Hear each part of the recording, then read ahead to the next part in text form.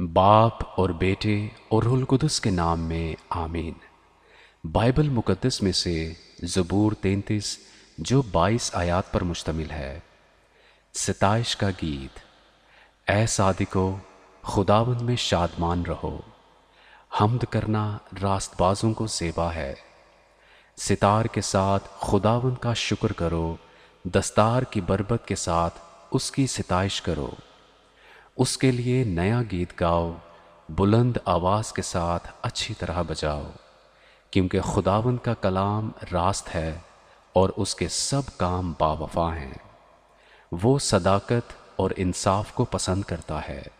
زمین خداوند کی شفقت سے معمور ہے، آسمان خداوند کے کلام سے اور اس کا سارا لشکر اس کے منہ کے دم سے بنا۔ وہ سمندر کا پانی تودے کی مانند جمع کرتا ہے، وہ گہرے سمندروں کو مخزنوں میں رکھتا ہے۔ ساری زمین خداوند سے ڈرے، جہان کے سب باشندے اس کا خوف رکھیں، کیونکہ اس نے فرمایا اور ہو گیا، اس نے حکم دیا اور واقع ہوا۔ خداوند قوموں کی مشورت کو باطل کر دیتا ہے، وہ امتوں کے منصوبوں کو ناچیز بنا دیتا ہے۔ خداوند کی مصلحت ابد تک قائم رہے گی، اور اس کے دل کے خیال نسل در نسل۔ مبارک ہے وہ قوم جس کا خدا خداوند ہے، اور وہ امت جس کو اس نے اپنی ہی میراث کے لیے برگزیدہ کیا۔ خداوند آسمان پر سے دیکھتا ہے، سب بنی آدم پر اس کی نگاہ ہے۔ اپنی سکونت گاہ سے وہ زمین کے سب باشندوں کو دیکھتا ہے۔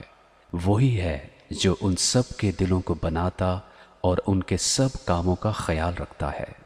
کسی بادشاہ کو فوج کی کثرت نہ بچائے گی، اور کسی زبردست آدمی کو اس کی بڑی طاقت رہائی نہ دے گی۔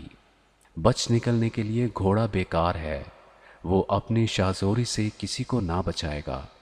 دیکھو، خداوند کی نگاہ ان پر ہے جو اس سے ڈرتے ہیں، جو اس کی شفقت کے امیدوار ہیں، تاکہ ان کی جان موت سے بچائے اور قحط میں ان کو جیتا رکھے۔ ہماری جان کو خداوند کی آس ہے، وہی ہماری کمک اور ہماری سپر ہے۔ ہمارا دل اس میں شادمان رہے گا، کیونکہ ہم نے اس کے پاک نام پر توکل کیا ہے۔ اے خداوند، جیسی تجھ پر ہماری آس ہے، ویسی ہی تیری رحمت ہم پر ہو۔ آمین۔